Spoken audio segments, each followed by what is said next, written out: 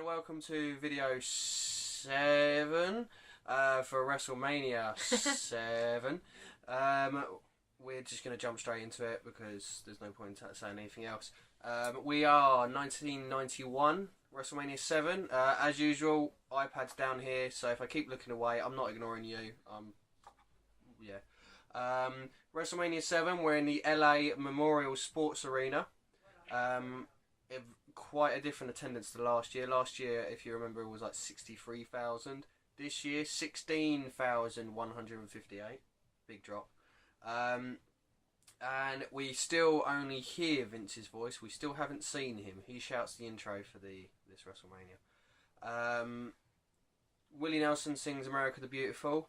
And the big backdrop to this whole WrestleMania is the main event is Hulk Hogan against Sergeant Slaughter, in which Sergeant Slaughter is a sympathiser for the Gulf War, for the Iraqis, and he's got General Adnan, and they've been burning the flag and shit like that. Right, okay, let's jump straight in. Let's go. This is the first WrestleMania about Jesse the Body Ventura, so for the first match we have Gorilla Monsoon and Jim Duggan guest commentating.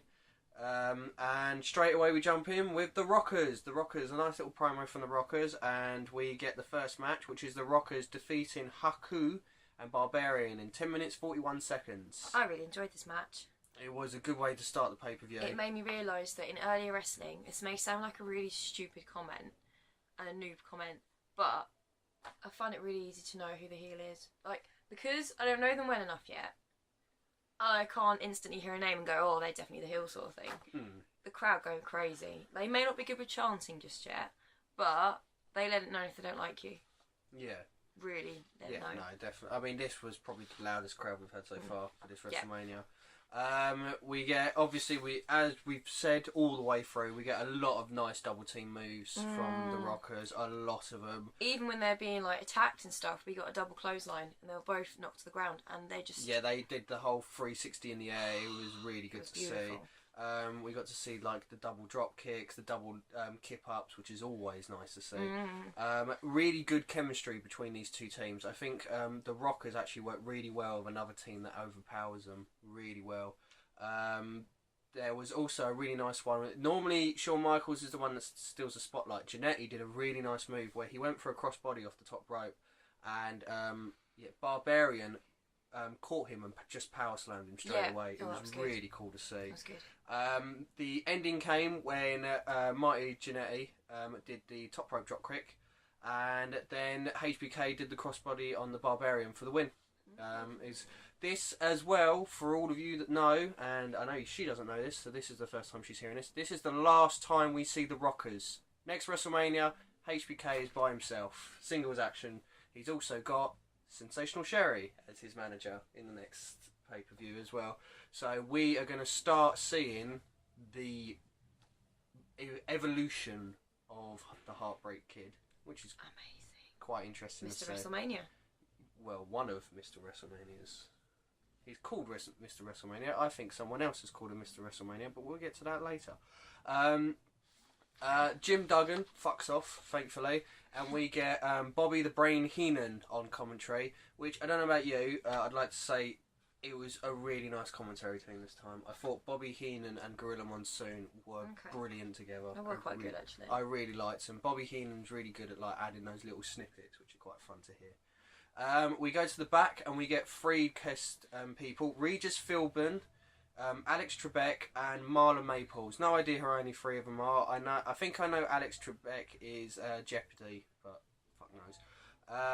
Apparently, according to Mean Gene, Regis is beautiful. Marla is excited. That's how she said it. And Alex Trebek calls Mean Gene Jim. Brilliant. Awful segment. We then go into the next match. Texas Tornado debuting.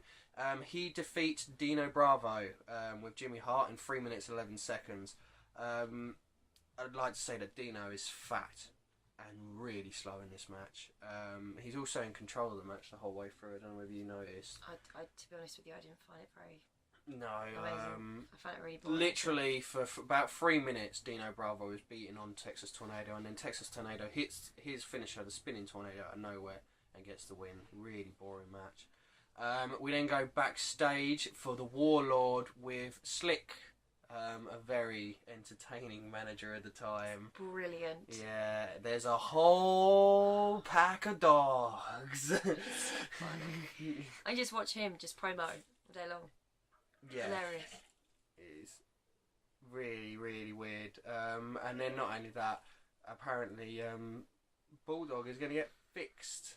So yeah.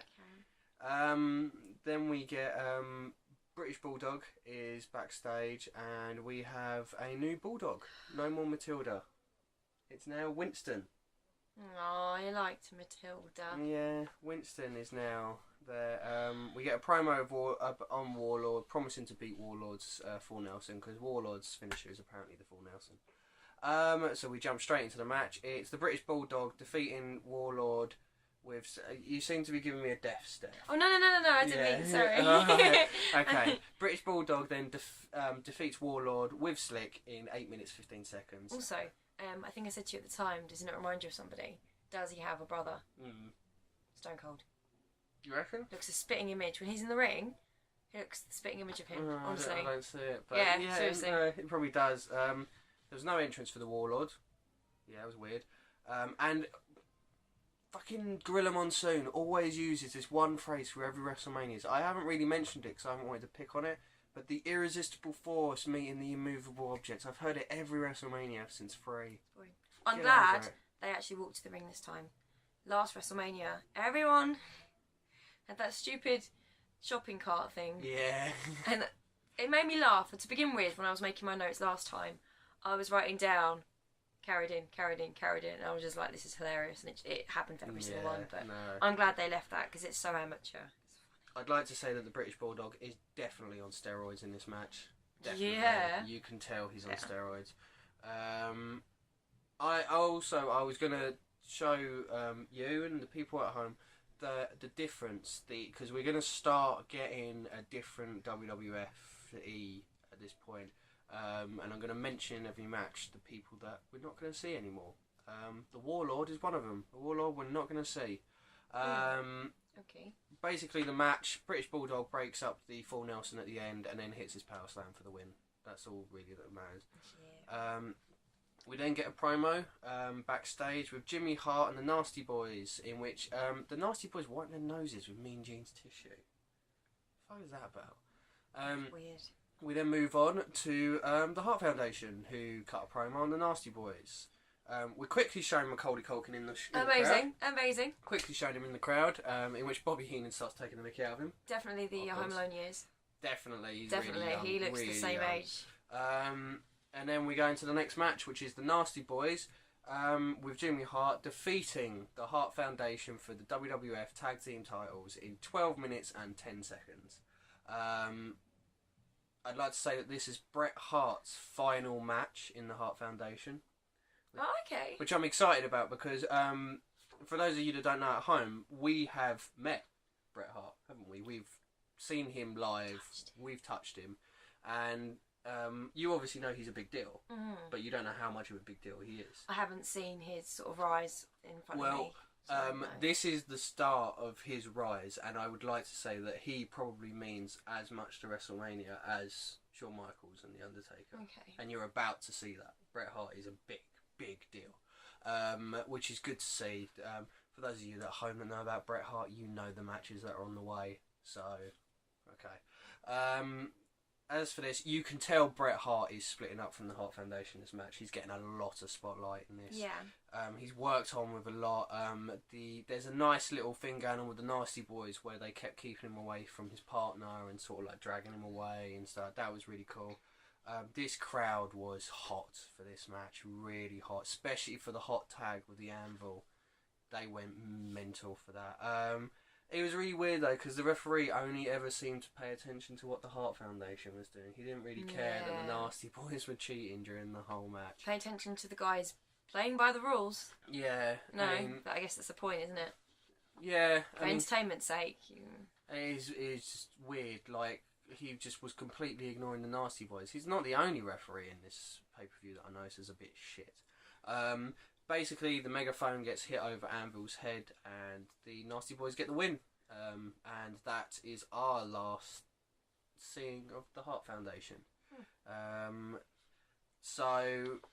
I've accidentally gone down. Then after that, we have a video package about the next match, which is Jake the Snake Roberts versus Rick Martel. I'd like to say that the video package isn't amazing, but the story is really good to this one, in which Rick Martel accidentally blinds Jake the Snake Roberts with like his perfume. No, it was like his perfume pot. It was like a bug spray thing. You know how we laughed about it in the last one? Yeah, it's in this one as well. And Jake the Snake was blind, completely blind, and then we got to see him with like a white contact lens sort of over one eye. With the doctor, wasn't it? And he was like, you might recover by next, Yeah, I mean, this was during the days in which if someone was blind, they held kayfabe, so they would not go out without having someone help them. They would pretend like it was all real. So Jake the Snake Roberts wouldn't leave his house because he was meant to be playing up that he was blind unless he was at wrestling events. Outside of the ring. Yeah, like the good guys would never be seen hanging out with the bad guys and all that sort of thing. Wow. Yeah, and then we got to see this really, really nice... I know I keep on slushing over him, but we get to see this really nice Jake the Snake promo where he basically looks the camera cold dead in the eye and he goes... real men have 5 senses, but I'm a snake, and snake has 6 senses. It just zooms in on his bad eye, doesn't it? And it's quite, I'm not chilling, that's not the right word, but I found it chilling. His promos, they're just serious, and they're literally in the eyes, and he's like, yeah, snakes always do better in the dark. But it wasn't cheesy, it was just... No, of course not. He meant what he was saying. Yeah, he was one of the main people in these days that, like, his promos were they were just serious and cold and calculated. Unlike a lot of them. Yeah. Yes, we'll get to that later. It's a shame that this had such a good promo and such a good video. I know we said it about the last one, but it's a shame the match didn't live up to it. This match was awful. Jake the Snake Roberts defeating Rick Martel in a blindfold match in 8 minutes 34 seconds. Now, for you that don't know out there, a blindfold match is basically both wrestlers have got bags over their heads so they can't see each other. And I said this match is 8 minutes 34 seconds. They spent 7 minutes of it trying to find each other in the ring. It was awful. It was so bad. The crowd was really loud for this because... Jake was doing this really good thing in the ring, and it shows how good he is. That he would like point around the ring, and the crowd would scream when he was pointing at Rick Martel, and he would just keep doing it during the match. It was really cool. And basically, there's nothing happening until Jake suddenly hits the DDT and gets the win. I don't know why it had to go 8 minutes at all. Then after the match, Jake stamped on the spray and put Damien on Martel. And then we go out the back afterwards, and we get Marla, who I mentioned earlier, with the Nasty Boys and Jimmy Hart celebrating, and that's it. Then we get something special. We get the debut of The Undertaker on this wrestling show. The Undertaker with Paul Bearer defeating Jimmy Snuka in 4 minutes 20 seconds. This is match number 1 of the streak. Didn't know it was the streak. No, she didn't, seeing as No, Chipmunk... I didn't mean me. Yeah. Yeah, they didn't know it was the streak at that point, because obviously they hadn't announced it, but Chipmunk decided to ask, oh, I hope he wins. Oh, poor old Chipmunk. Yeah, you hide your face. This is also the last time we see Jimmy Snuka. This is the last time we see Jimmy Snuka. Because Undertaker got him. Yeah. Aww. It's real. It's really cool that they show children in the crowd, didn't they? And they look so scared about the Undertaker. Yeah, because they do this straight face look. Yeah, it's the first time that you have a character like this who's just genuinely scary. You know, this isn't the Undertaker that we all know. This is obviously cartoony sort of Undertaker, but he's still pretty creepy. There was a really nice high-flying clothesline from the Undertaker, which looked nice. The Undertaker looks a bit green here. He looks like he's got a good few years before he gets really good.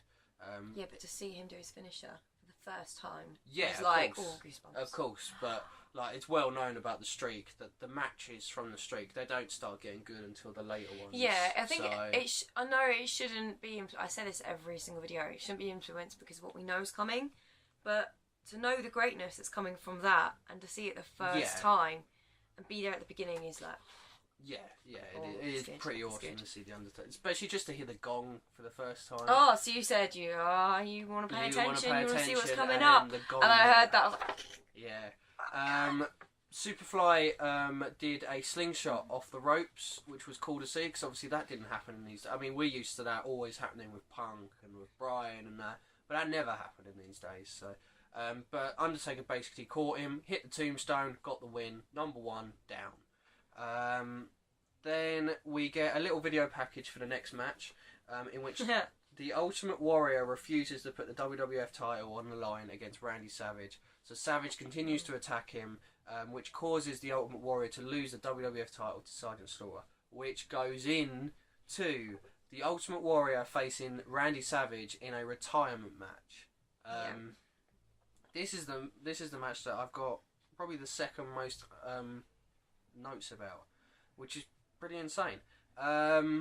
Elizabeth is shown in the crowd straight away before the match even starts. Right. Oh no, review cat's falling down. Yeah.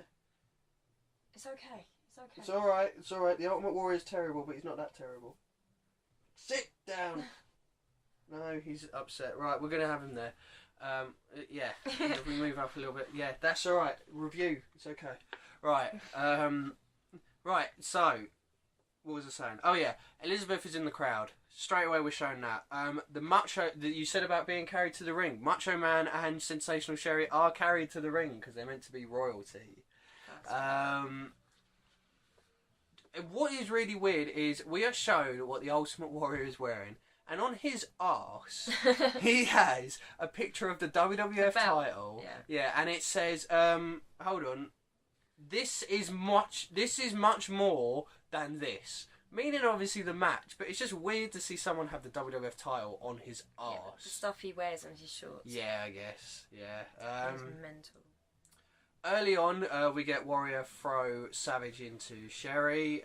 Sherry gets involved a lot. Yeah, I didn't like seeing her arse. There was a point all the time when she bent, like, yeah, we could see her quite a lot, but she kind of bent over a little bit, and literally the camera was on her bum for at least 10-20 seconds. Yeah. And you could see quite a lot, and I wasn't. Don't you think that whenever we'll see this later on, but a lot of emphasis is put on what China brought to obviously the Divas because they'd fight the men and everything like that. Yeah. Do you not think that Sherry kind of was like that? Because when I look at Sherry, I think of China, and China, you know, at the end of this match doesn't mind hitting guys, you know, at all. Okay. Yeah, she just reminds me so much of China. I think it's because I've got a soft spot for China, only because I've seen so much of her. Yeah, I don't have a soft spot for China. No, not in that kind. No. No, I mean, I've never had a soft spot for China. It's because she knows she'd break you. Ugh, she's just awful.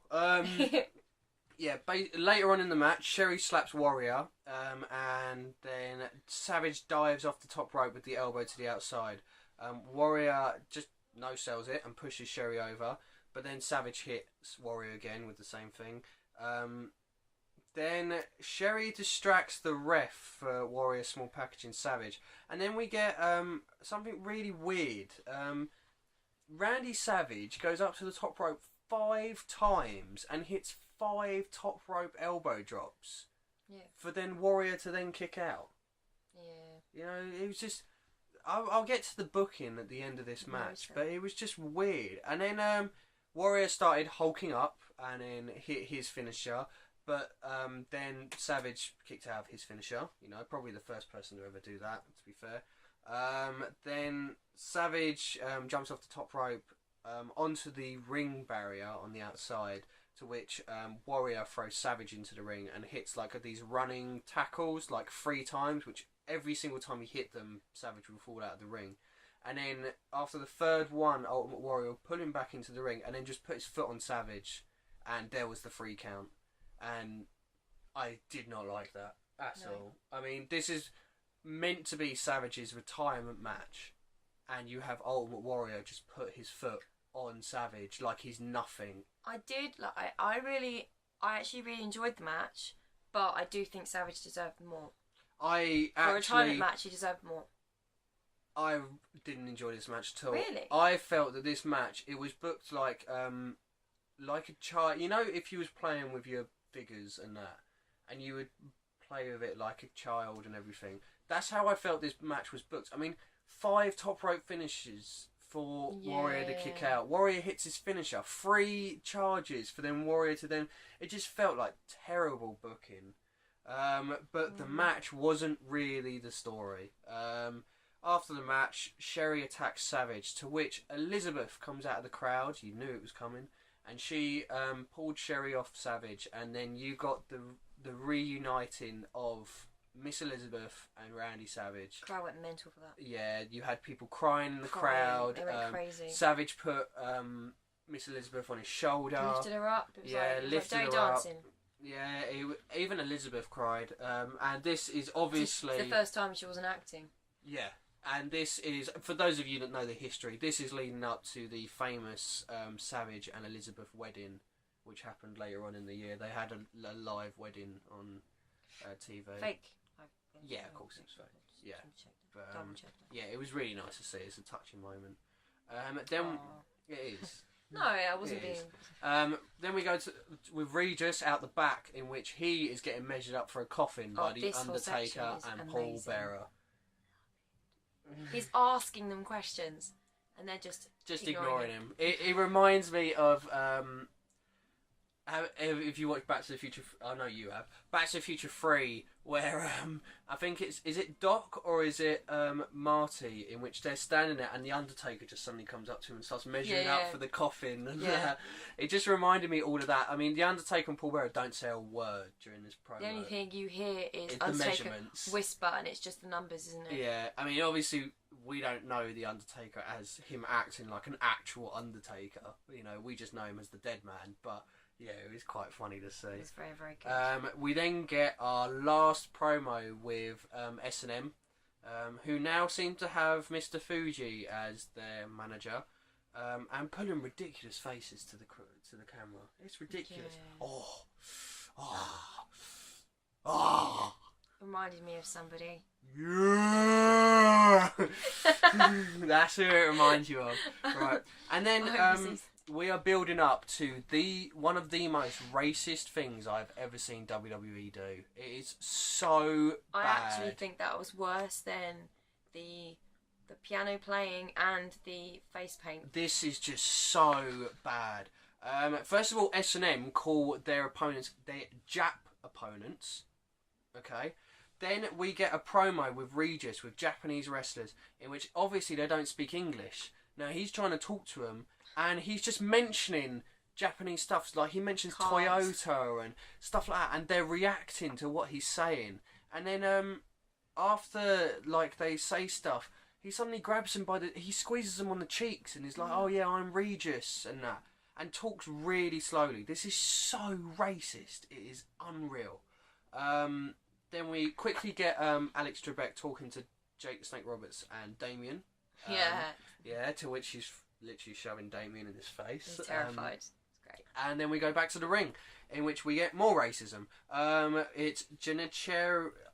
Okay, I'll just mention their last names because I just can't say these names. Tenryu and Kitao defeating Demolition, aka S&M, with Mr. Fuji in 4 minutes 44 seconds.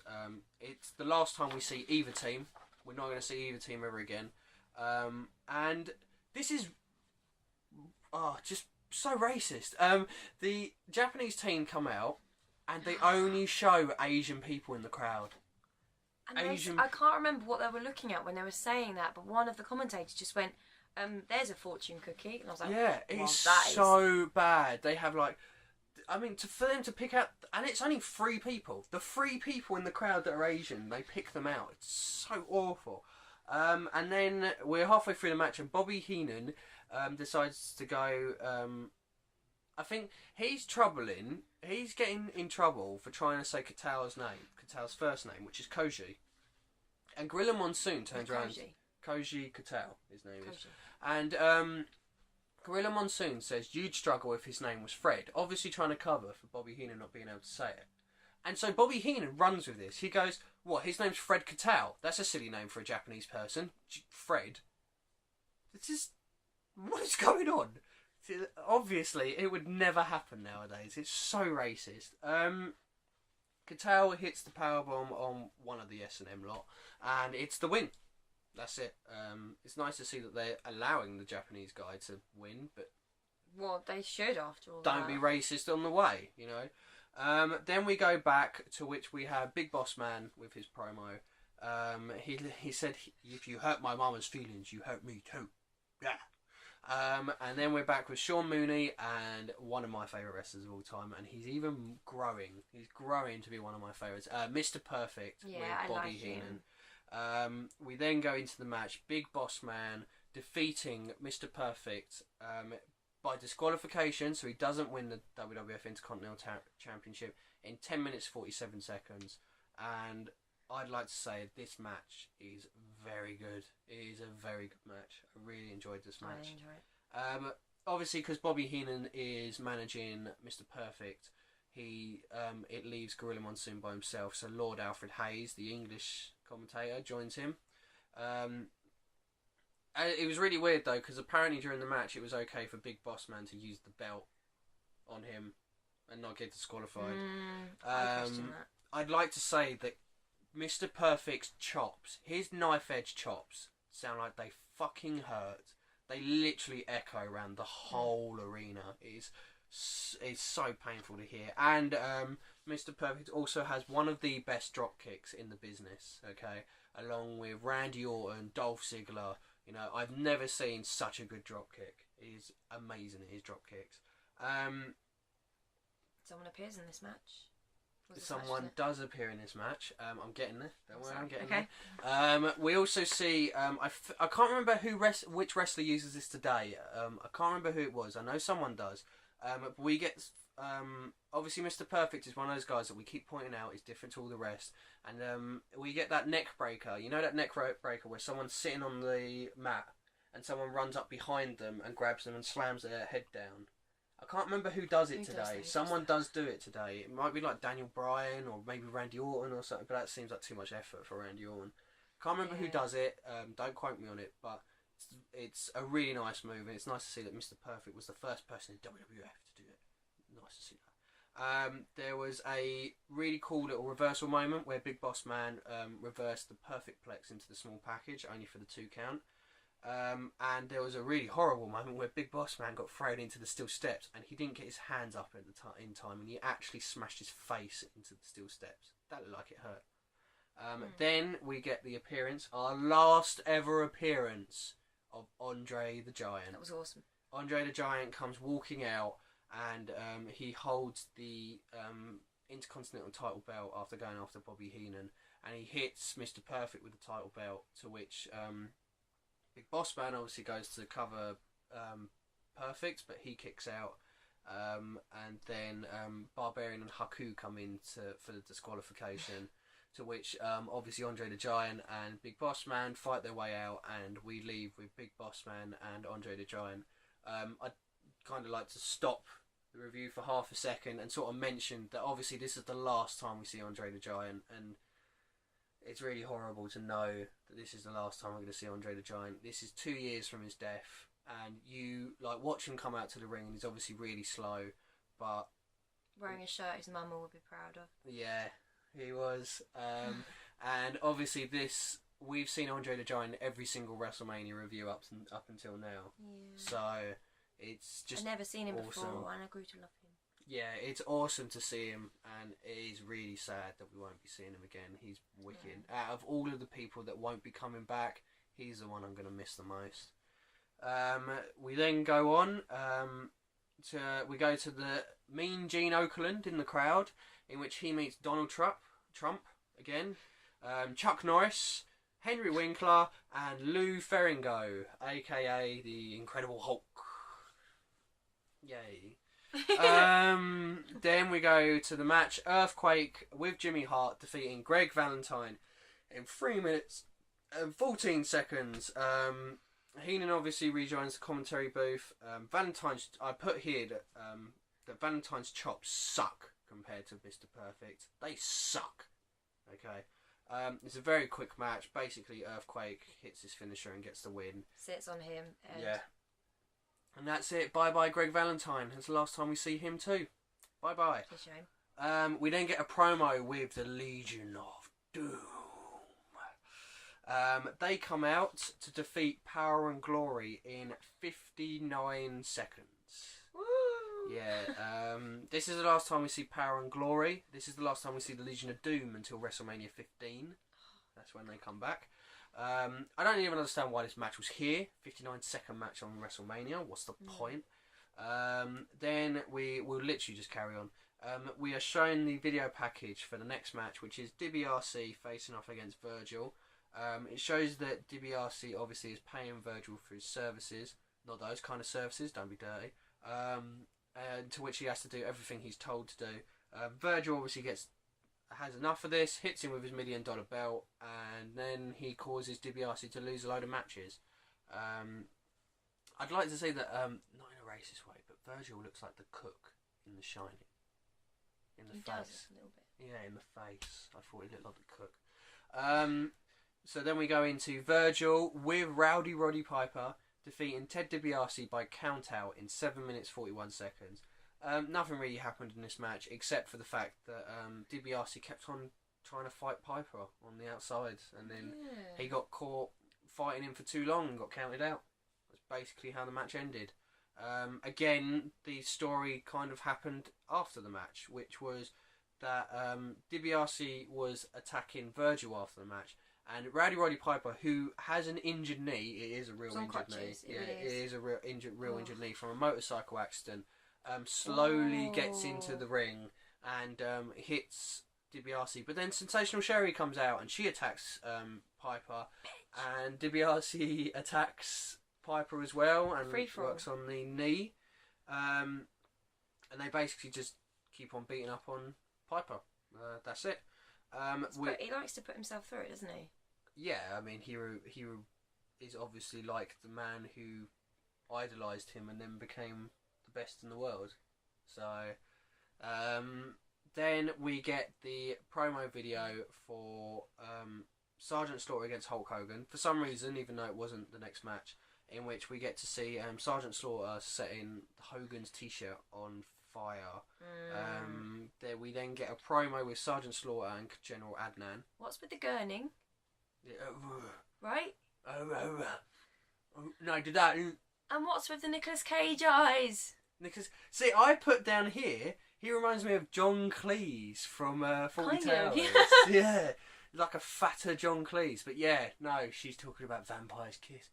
I wouldn't give anyone the worst job in the world. You're the lowest on the totem pole. Yeah, and it was really funny because General Adnan, this is the first time I've seen it in WWF. I've seen it many times since, in which he does a whole promo in a different language. Brilliant. Good way to get heat. We then go into the next match, which is the Mountie, with Jimmy Hart defeating Tito Santana in 1 minute 21 seconds. Basically a squash match. Last time we see Tito Santana as well, so goodbye. Then we get to see Hulk Hogan do his usual promo about how he's going to win. And then it shows that he was attacking General Adnan, and Sergeant Slaughter attacked him afterwards and put him in the camel clutch. And Hulk Hogan said, and I quote, me and Gene asked Hulk Hogan whether he's the same man last week. Hogan says, I'm not the same man as I was last week because I've done a 360. Hold on, that would mean that you are. You go back to being the same you go person. Exactly round. That's how circles work. Yeah, I mean this is like the second year in a row we've had this sort of mistake. The Americans, well, the WWF at most need to realise that. Teach him some math. Yeah, 360 is just turning around in circles. What's up with you? Right. Crazy.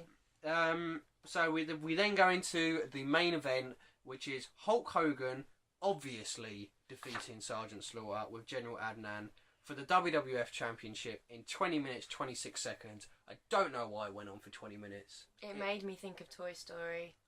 I was imagining Ken and one of the army dolls, just like. Oh, he's just.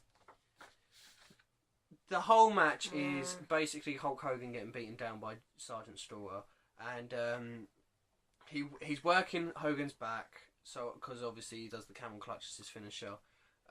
He then there was a really weird moment, like 5 minutes from the match, in which Slaughter had Hogan beat, and he covered Hogan, and then General Adnan, his manager, was distracting the ref, stopping Sergeant Slaughter from getting the win.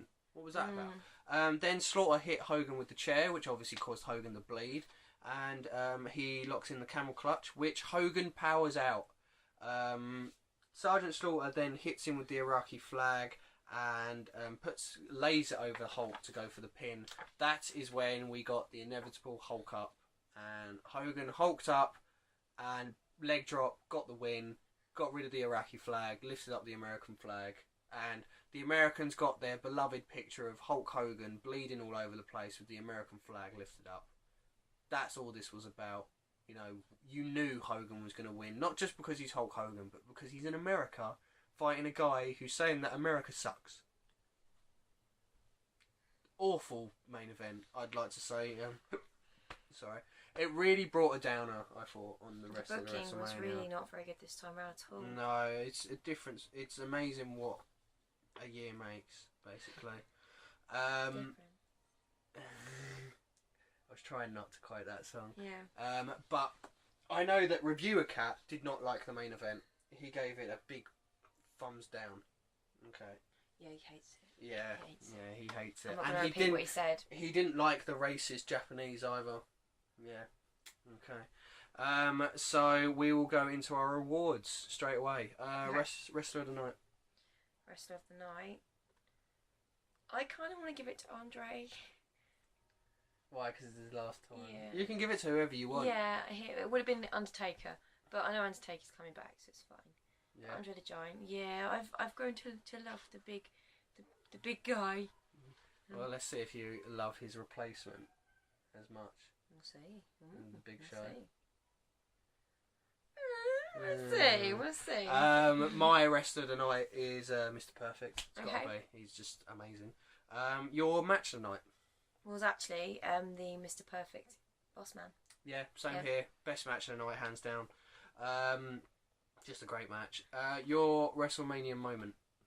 I guess it has to be the Miss Elizabeth in the ring.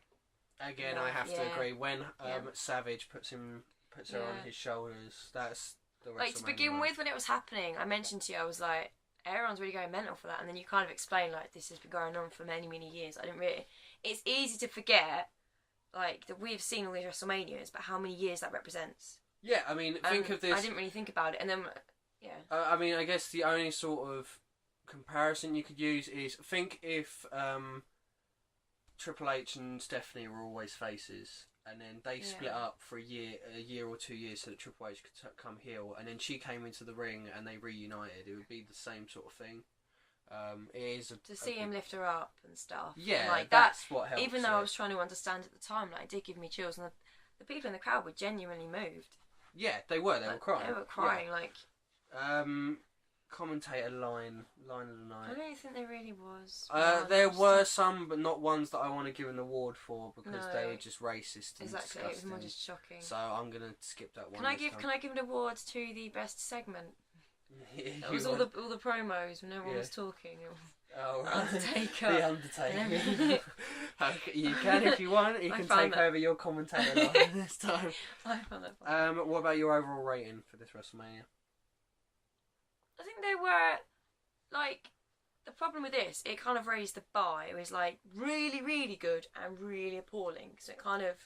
Yeah. But the good bits were really, really good. So, and there were enough of them to give this one a 5, I think. Yeah. Which isn't too bad, yeah. I'm going to come just under because I gave 5 for the last one. Yeah. I don't think this was as good as the last one, so I'll give it a 4. Okay. But I think if you took out, like, the Hart Foundation, the Rockers... Mr. Perfect, and that, it would be a lot lesser. Oh, he agrees with me.